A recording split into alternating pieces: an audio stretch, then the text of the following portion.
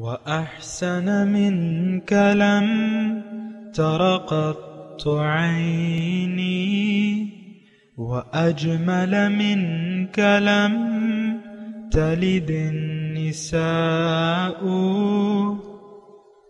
خلقت مبرأ من كل عيب خلقت مبرأ من كل عيب كأنك قد خلقت كما تشاء كتاب أنزلناه إليك مبارك ليدبروا آياته وليتذكر أولو الألباب.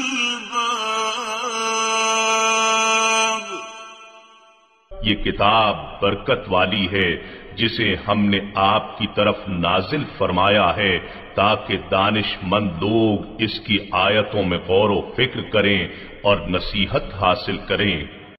اللہم صلی اللہ علی سیدنا محمد وعلی آل سیدنا محمد بعدد کل ذرۃ مئۃ الف الف مرۃ. سامعین و ناظرین کرام، السلام علیکم ورحمۃ اللہ وبرکاتہ. سامعین کرام، سورہ الحاقہ آیت نمبر 13 سے 20.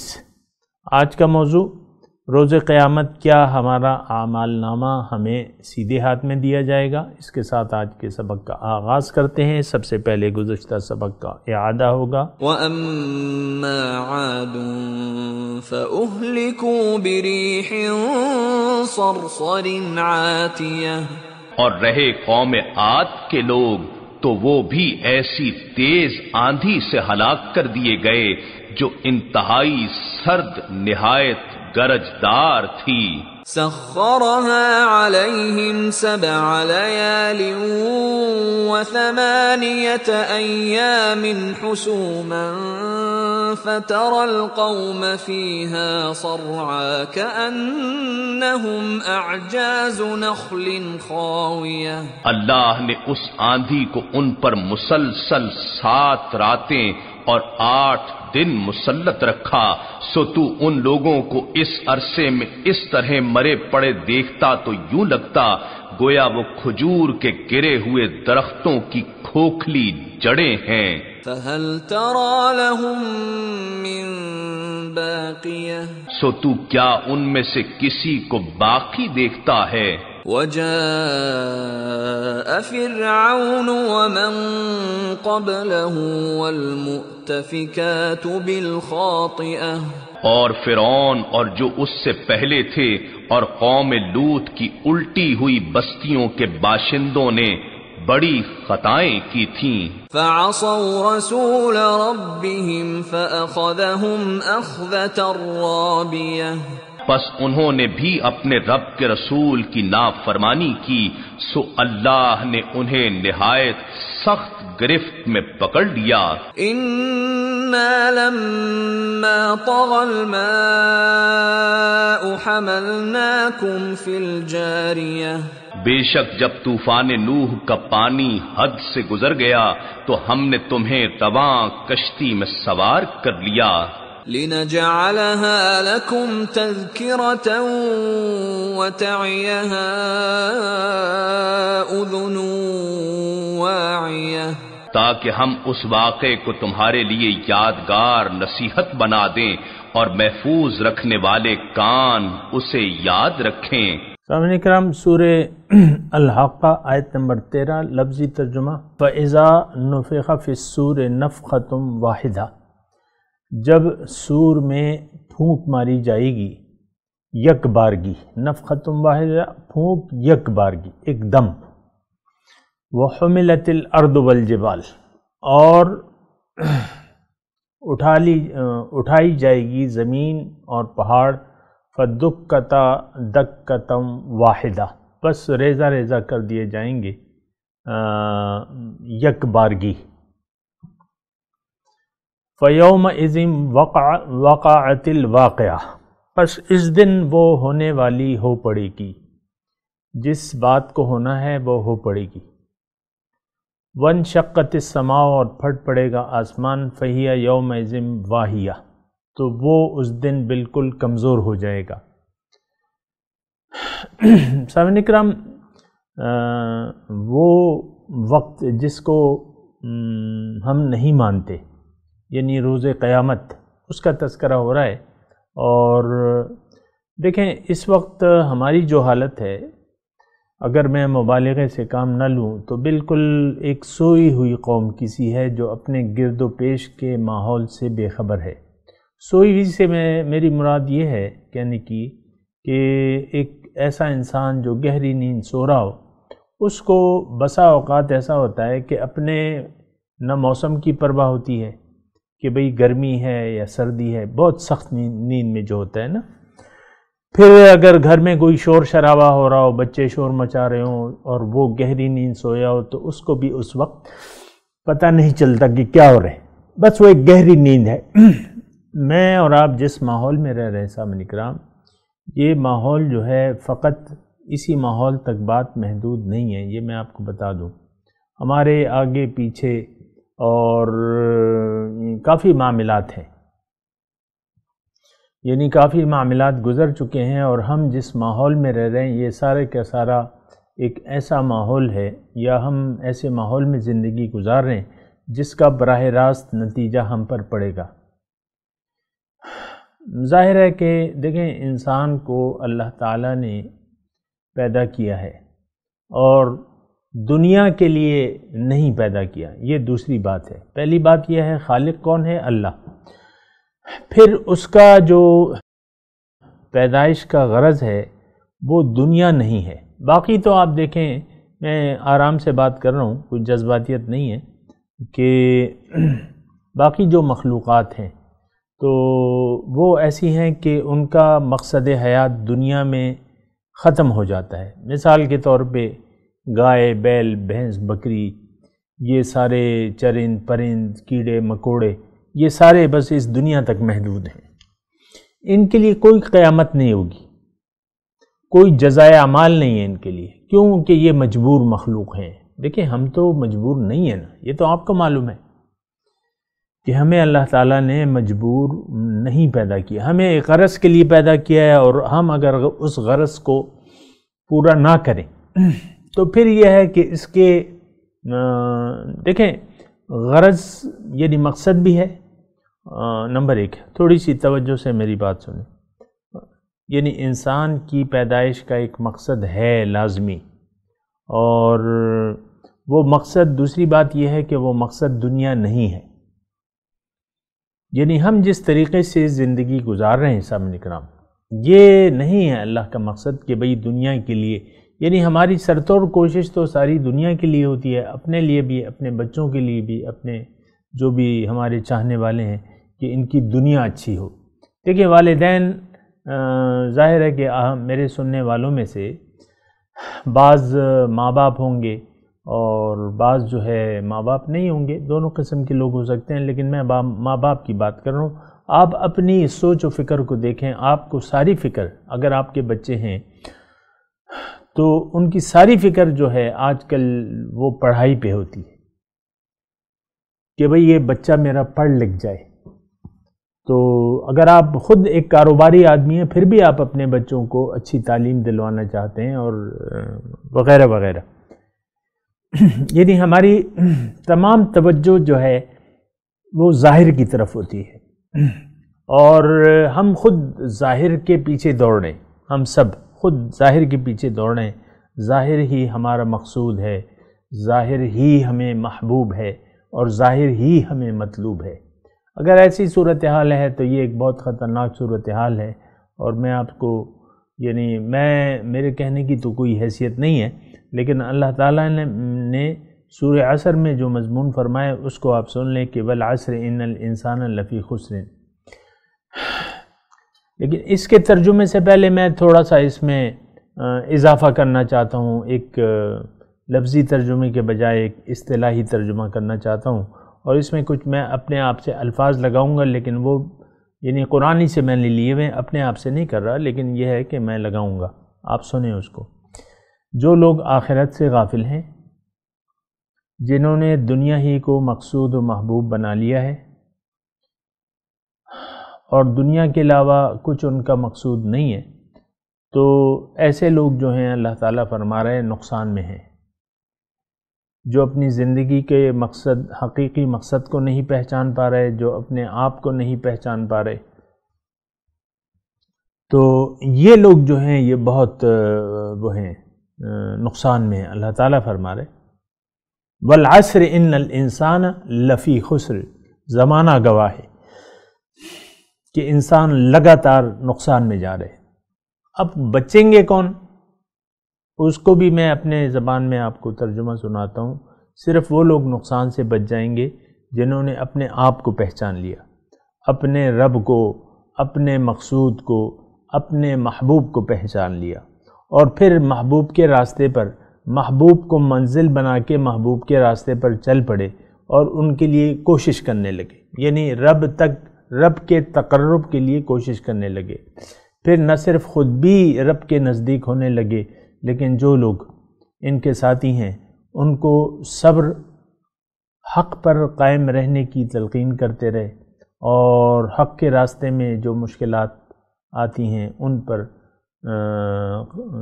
یعنی قائم رہنے کی، استقامت کی تلقین کرتے رہے۔ تواصوا بالحق، آمنوا وعملوا الصالحات، تواصوا بالحق و تواصوا بالصبر، یہ میں نے آپ کو مختصر آپ کو ترجمہ کیا ہے۔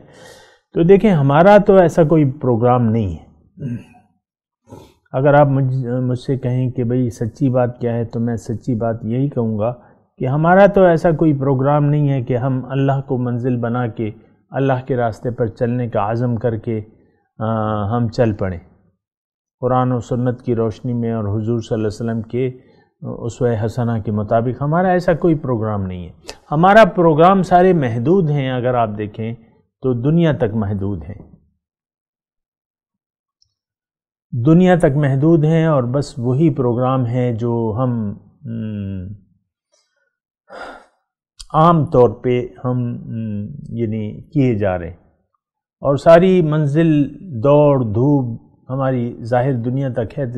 لیکن آج کا جو ہم سبق پڑھ رہے ہیں اس میں اللہ تعالیٰ قیامت کا واقعہ کھول کے بیان کر رہا ہے، اور اس میں اللہ تعالیٰ اگر آپ دیکھیں، اور اس بات جو ترجمہ میں نے آپ کو سنایا، اس میں کیا ایک پھونک ماری جائے گی، اور وہ 3 پھونکیں ہیں، اور اس سے یعنی یہ جو ہے درمیانی والی، غالباً درمیانی والی پھونک جو بھی ہو، تو فَإِذَا نُفِخَ فِي الصُّورِ نَفْخَةٌ وَاحِدَةٌ، جب سور میں پھونک یک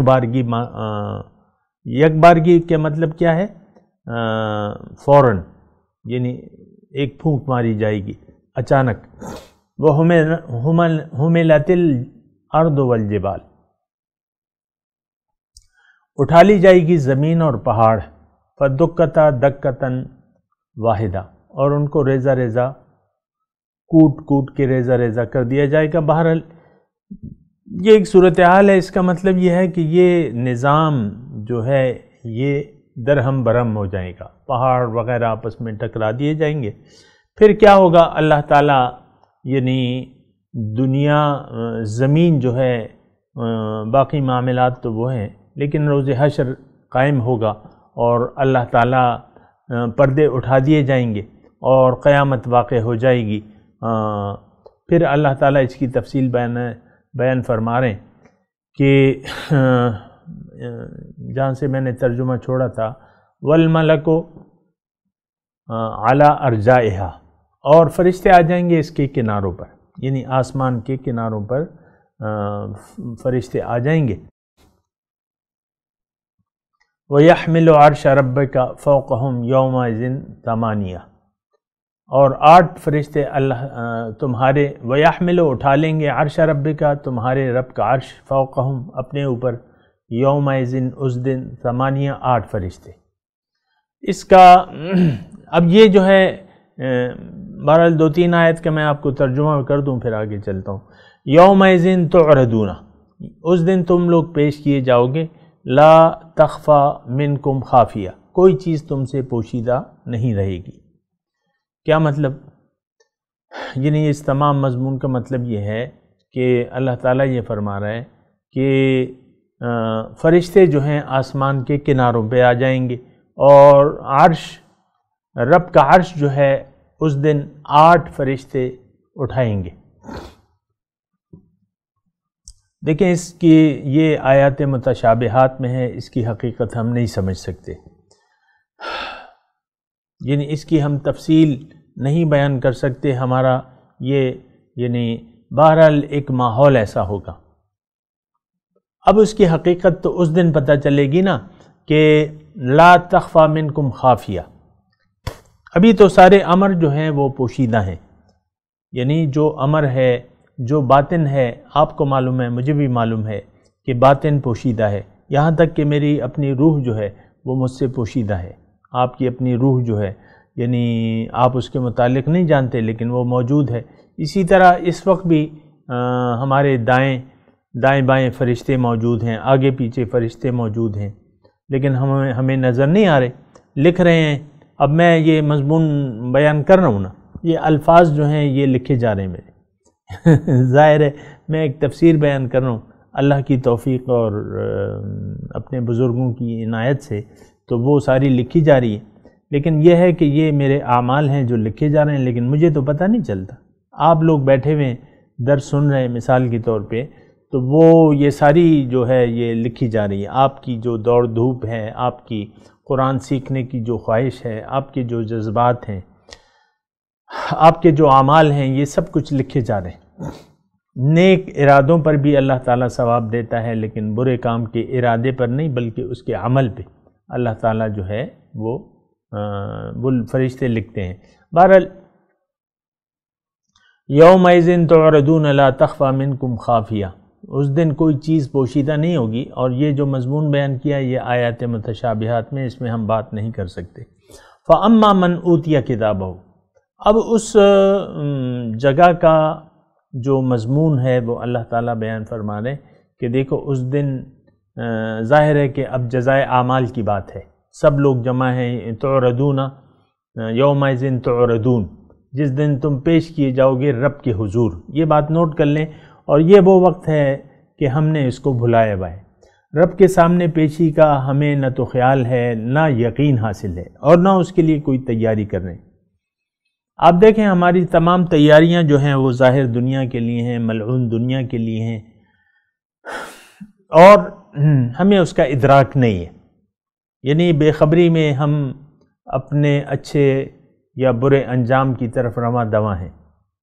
دنیا ہم سے پیچھے رہ رہی ہے، آخرت ہمارے سامنے آگے آ رہی ہے۔ حدیث کا مفہوم ہے یہ کہ انسان جب زندگی گزارتا ہے تو دنیا اس سے پیچھے جا رہی ہے اور آخرت اس کے آگے آنے والی ہے، یہاں تک کہ موت آ جاتی ہے۔ تو بہرحال اب اس دن جو ہے یعنی حساب کتاب ہوگا، اور جو اگلی آیات آ رہی ہیں سامنے کرام، اس میں یعنی اعمال نامہ جو ہے، جو ہمارے کندھوں پہ فرشتے جن کی ڈیوٹی مقرر ہے، جس کو قرآن میں کرامن کاتبین کا نام دیا گیا ہے، لکھنے معزز لکھنے والے،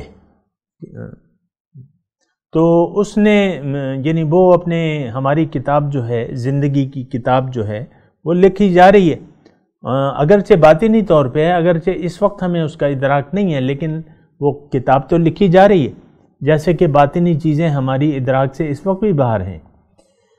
تو پھر یہ ہے کہ یہ ایسا ہے کہ یہ مضمون جو ہے اللہ تعالیٰ یہ فرما رہا ہے کہ یہ مضمون جو ہے یہ بہت یعنی یہ واقعہ جو ہے اللہ تعالیٰ وہ واقعات بیان فرما رہے ہیں کہ جس دن لوگوں کو ان کے اعمال نامے دیے جائیں گے۔ اب دیکھیں اعمال نامے جس سے ہم غافل ہیں اور جس پہ ہمیں یقین بھی نہیں ہے، دیکھیں اس کی مثال ایسی ہے کہ ہم جب میرے بچے بھی جب اسکول میں پڑھتے تھے تو ان کو یعنی تیسری، چوتھی، پانچویں، اسی طرح یہ چھوٹی کلاسز میں ان کو یعنی رزلٹ ڈے کے دن ان کو ان کے پرچے بھی دے دیے جاتے تھے۔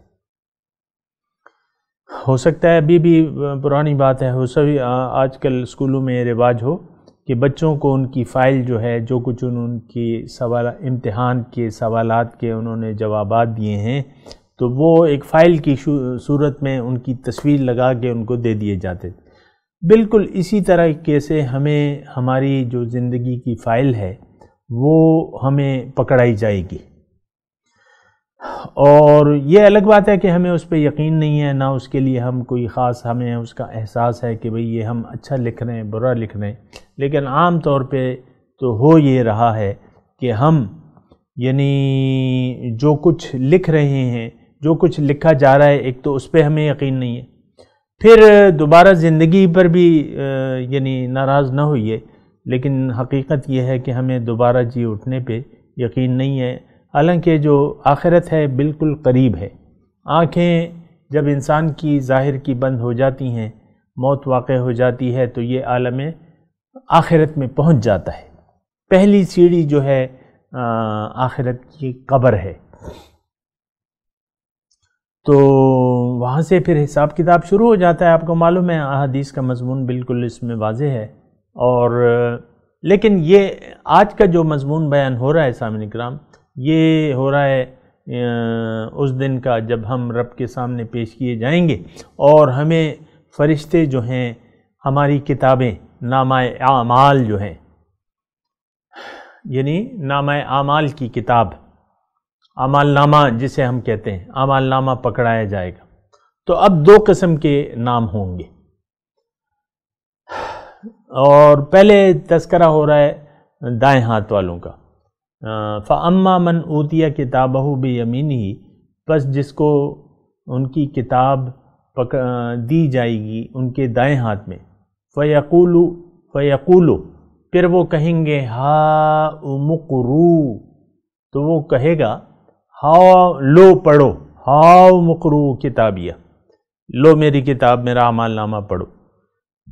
یہ دائیں ہاتھ والوں کا، یعنی وہ خوش ہوگا اور خوشی کے مارے چلا اٹھے گا کہ بھئی اور لوگوں کو بھی دکھائے گا۔ جیسے کہ یہاں ایک کلاس میں کوئی لڑکا لڑکی فرسٹ آ جاتی ہے، سیکنڈ آ جاتی ہے، تو وہ بڑے فخر سے اپنا جو ہے وہ جو بھی اس کا آنسر شیٹ ہوتی ہے، جو فائل ہوتی ہے، وہ بڑی فخر سے پکڑاتی ہے، جو ان کے گھر میں چاچا چاچو ماموں ممانی آتی ہیں، ان کو بھی بڑے فخر سے دکھاتی ہے کہ دیکھو یہ میری فائل ہے۔ تو اسی طرح وہاں بھی ہوگا، اور اگرچہ ہمیں اس پہ یقین نہیں ہے، وہ ایک الگ بات ہے، لیکن جب پتہ چلے گا، جب آپ روز حشر رب کے سامنے پیش کیے جائیں گے اور آپ کو کتاب ہاتھ میں دی جائے گی سیدھے ہاتھ میں، تو سیدھے ہاتھ والے فرشت وہ جو ہے وہ لوگ جو ہیں بڑے خوش ہوں گے، وہ کہیں گے لو ہاں ہاں، خوشیاں منائیں گے، انی ظننت انی ملاق حسابیہ، مجھے پورا یقین تھا کہ میں اپنے رب سے ملاقن حساب، میں اپنے حساب سے ضرور ملوں گا، یعنی جو میرا اعمال نامہ ہے وہ بے شک مجھے دیا جائے گا، یعنی روز حساب پر اس کا یقین تھا، حسابیہ، اپنے حساب پر یقین رکھتا تھا۔ ہم میں سے کتنے ایسے لوگ ہیں جو اس لحاظ سے زندگی گزار رہے ہیں؟ یہ دیکھیں، مجھے اور آپ کو سوچنے کی ضرورت ہے کہ ہم میں سے کتنے ایسے لوگ ہیں جو اس طریقے سے زندگی گزار رہے ہیں کہ ان کو اپنے حساب کتاب کا ابھی سے احساس ہے کہ بھئی، یعنی وہ احتیاط سے کام کرتے ہیں، احتیاط سے سوچتے ہیں، احتیاط سے باتیں کرتے ہیں، تو ایسا ہے کہ وہ پھر یعنی خوش ہوں گے اس دن۔ بہرحال یہ سارا مضمون ہے، آیت نمبر 20 تک ہم نے پڑھا ہے، میں تلاوت کرتا ہوں، میرے ساتھ دہرائیے۔ اعوذ باللہ من الشیطان الرجیم، بسم اللہ الرحمن الرحیم۔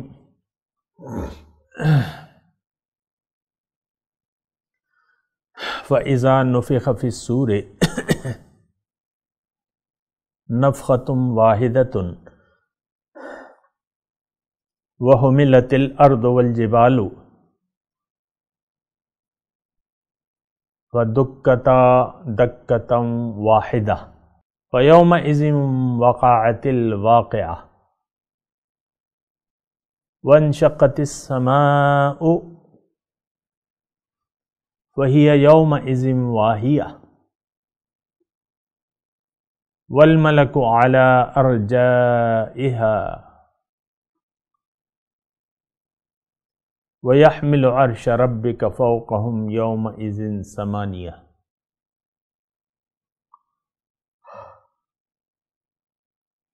يَوْمَئِذٍ تُعْرَضُونَ لَا تَخْفَى مِنْكُمْ خَافِيَةٌ فَأَمَّا مَنْ أُوتِيَ كِتَابَهُ بِيَمِينِهِ فَيَقُولُ هَاؤُمُ اقْرَءُوا كِتَابِيَهْ إِنِّي ظَنَنْتُ أَنِّي مُلَاقٍ حِسَابِيَهْ۔ ترجمہ سنا دیں۔ فَإِذَا نُفِخَ فِي الصُّورِ نَفْخَةٌ وَاحِدَةٌ،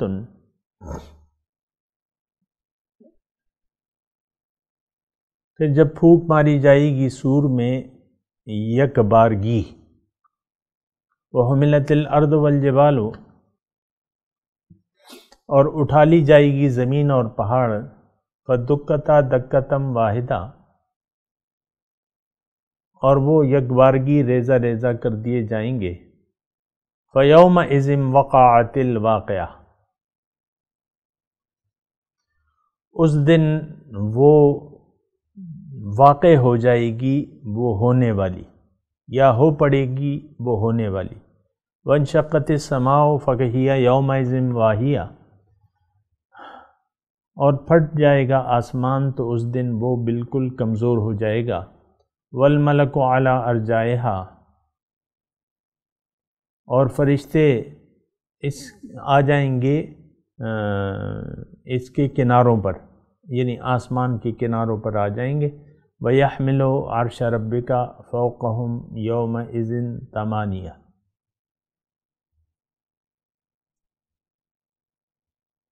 اور اٹھائیں گے وہ آپ کے رب کا عرش اپنے اوپر اس دن 8 فرشتے۔ یومئذ تعرضون، جس دن تم پیش کیے جاؤ گے، لا تخفی منکم خافیہ، کوئی چیز تم سے پوشیدہ نہیں رہے گی، یعنی باطن کھل جائے گا۔ یوم تبلی السرائر، راز کھول دیے جائیں گے جو بھی۔ فَأَمَّا مَنْ أُوتِيَ كِتَابَهُ بِيَمِينِهِ،